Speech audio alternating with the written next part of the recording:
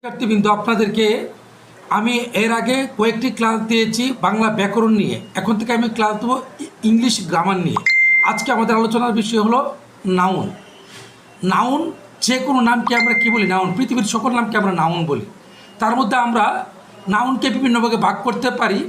আমরা প্রথমে যদি বলি প্রপার নাউন, যেমন করিম, ঢাকা, নির্দিষ্ট করে যেমন কোনো নাম থাকবে। আর কমন নাউন, বই, সিটি, অর্থাৎ নামটারে যখন কমন, আমি যদি বলি করিম, করিম বলতে একজন করিমকে বোঝায়, বই বলে পৃথিবীর সকল বালককে বোঝায়। আবার আমি বললাম প্রপার নাউনে ঢাকা, ঢাকা বলতে শুধু ঢাকা, এটা প্রপার, নির্দিষ্ট। আর কমন আমি যদি বলি সিটি, সিটি দিয়ে শুধু ঢাকা না, পৃথিবীর সকল সিটি। এইভাবে প্রপার আর কমন নাউনের পার্থক্যটা আপনারা বুঝতে পেরেছেন আশা করি। তারপর কালেকটিভ নাউন, কালেকটিভ নাউনটা হলো সমষ্টিগত। আমি যদি সাকিব আল হাসান বলি শুধু একজন খেলোয়াড়, আমি যদি বলি টিম, সকল খেলোয়াড়। আমি যদি বলি জনাব তারেক রহমান, তাহলে একজন নেতা। আর আমি যদি বলি বিএনপি, তাহলে পার্টি, মানে এটা হলো কালেকটিভ নাউন। বিএনপি হলো কালেকটিভ নাউন, তারেক রহমান হলো কালেকটিভ প্রপার নাউন।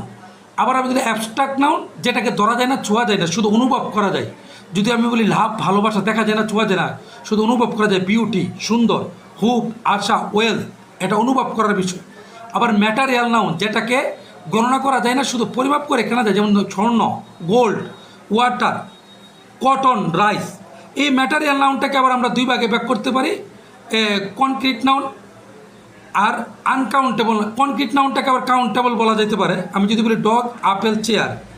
আবার আনকাউন্টেবল, যেটাকে গণনা করা যায় না, ম্যাটারিয়াল নাউনের মিল্ক, রাইস, সুগার, সল্ট, এই বিষয়গুলো হলো আনকাউন্টেবল, গণনা করা যায় না। তাহলে আশা করি আপনারা নাউনের আদ্যোপান্ত বুঝতে পেরেছেন। পরবর্তীতে নাউন কখন, কোথায়, কীভাবে বসে, সেগুলো নিয়ে আলোচনা করব। ধন্যবাদ সবাইকে। আপনারা চার্টটা দেখে নেন, প্রয়োজনে এটা নোট করে নেন।